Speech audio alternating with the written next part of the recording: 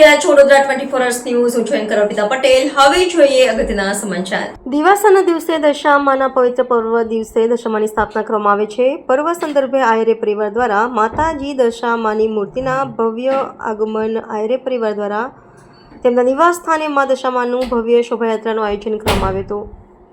વડોદરા શહેરના સુભાનપુરા ઝાંસીની રાણી સર્કલ સૂરજ સોસાયટી ખાતે આયરે પરિવાર દ્વારા છેલ્લા 15 વર્ષથી મા દશામાની મૂર્તિની સ્થાપના નિવાસ સ્થાને કરવામાં આવે છે. ત્યારે ગત રોજ મા દશામાનું આગમન કરવામાં આવ્યું હતું. ત્યારે આજ રોજ જય અંબે મા મંદિર સમતાથી આપણું કાર્યાલય ઝાંસી કી રાણી સર્કલ સુભાનપુરા સુધી શોભાયાત્રાનું આયોજન કરવામાં આવ્યું હતું. આ શોભાયાત્રામાં શહેર ભાજપના કારોબારી સભ્ય અને પૂર્વ કાઉન્સિલર રાજેશ આયરે, પૂર્વ કાઉન્સિલર પૂર્ણિમાબેન આયરે, વોર્ડ નંબર 9ના યુવા કાઉન્સિલર શ્રીરંગ આયરે, જીતુ આયરે, દીપક આયરે, રોનક આયરે, આયરે પરિવાર શિક્ષણ સમિતિના સભ્ય વિજય પટેલ સહિત ભાવિ ભક્તો આ શોભાયાત્રામાં મહિલાઓ, યુવાનો મોટી સંખ્યામાં જોડાયા હતા. ડીજેના તાલે વાજતે ગાજતે મા દશામાની શોભાયાત્રામાં ગરબા અને ટીમલીની રમઝટ માણી હતી. મા દશામાની શોભાયાત્રા નિવાસ સ્થાને પહોંચી હતી. ત્યારબાદ મા દશામાની આરતી કરવામાં આવી હતી.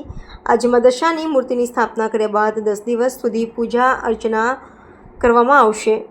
વડોદરા શહેર સંસ્કારી નગરી, ધર્મની નગરી, અને તમે જોશો કે વડોદરામાં લાખો બહેનો દ્વારા જ્યારે મા દશામાના વ્રત ઉજવાયો છે. આવતીકાલથી અમાસ છે અને આવતીકાલથી મા દશામાના વ્રત શરૂ થાય છે. તો આજે છેલ્લા 15 વર્ષથી સમગ્ર આયરે કુટુંબ દ્વારા પણ, પૂર્ણિમા આયરે દ્વારા, અમારા દીકરીઓ દ્વારા પણ આ દશામાના વ્રત ઉજવાતા હોય છે. આજે અમારા ઘરે પણ 15 વર્ષથી મા દશામાની સ્થાપના થતી હોય છે. તો આજે મા દશામાની જ્યારે મૂર્તિની સ્થાપના ઘરે થઈ રહ્યા છે. વિસ્તારના સૌ ભજન મંડળની બહેનો બધાનો સાથે, યુવાનો સાથે આજે રંગે ચંગે માની સ્થાપના, કારણ કે માનું આગમન જે રીતના આપણે ગણપતિનું આગમન હોય છે, એમાં અંબા માનું આગમન હોય છે, એવી રીતે મા દશામાનું પણ આગમન કરતા હોય છે. તો બસ વડોદરા શહેરના તમામ જે પણ બહેનો આ વ્રત કરતા હોય છે, આવા વ્રત એટલે નકોડા અપવાસ કરતા હોય છે, અને મા દશામાને પ્રાર્થના કરીએ જે પણ બહેનો દ્વારા આવો વ્રતો થાય, બધાની જ મનોકામના પૂર્ણ કરે. અને આજના દિવસે સમગ્ર આયરે પરિવાર તરફથી જ્યારે અમારા ઘરે પણ સ્થાપના થઈ છે, તો જે પણ લોકોએ વિસ્તારના દરેક બજાર મંડળના બહેનો, વિસ્તારના આજુબાજુના સૌ લોકો આવ્યા છે, એમનો આભાર માને છે. ભગવાન એમની પણ મનોકામના પૂર્ણ કરે એવી શુભેચ્છા પાઠવી છે. જય દશામા. જય મા દશામા. જય મા દશામા.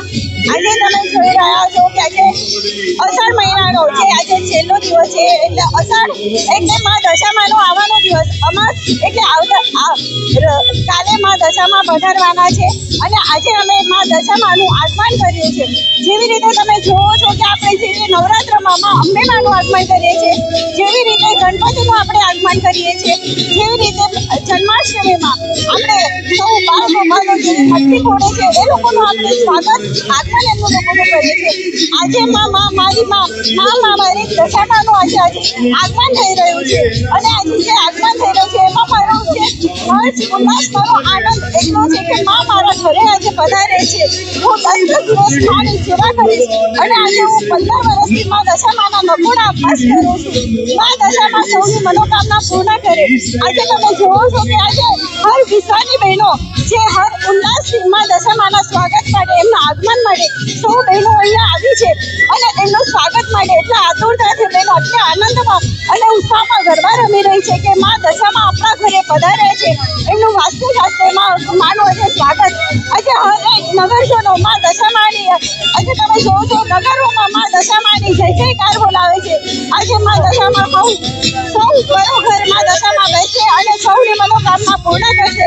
આજે મા દશામાં મારા ઘરે પણ પધાર્યા છે, અને નકોડા હું 10 દિવસ હું ઉપવાસ કરું છું, અને મનથી અને ભક્તિથી માની સેવા કરીશ, અને માને જય જય મા દશામાં.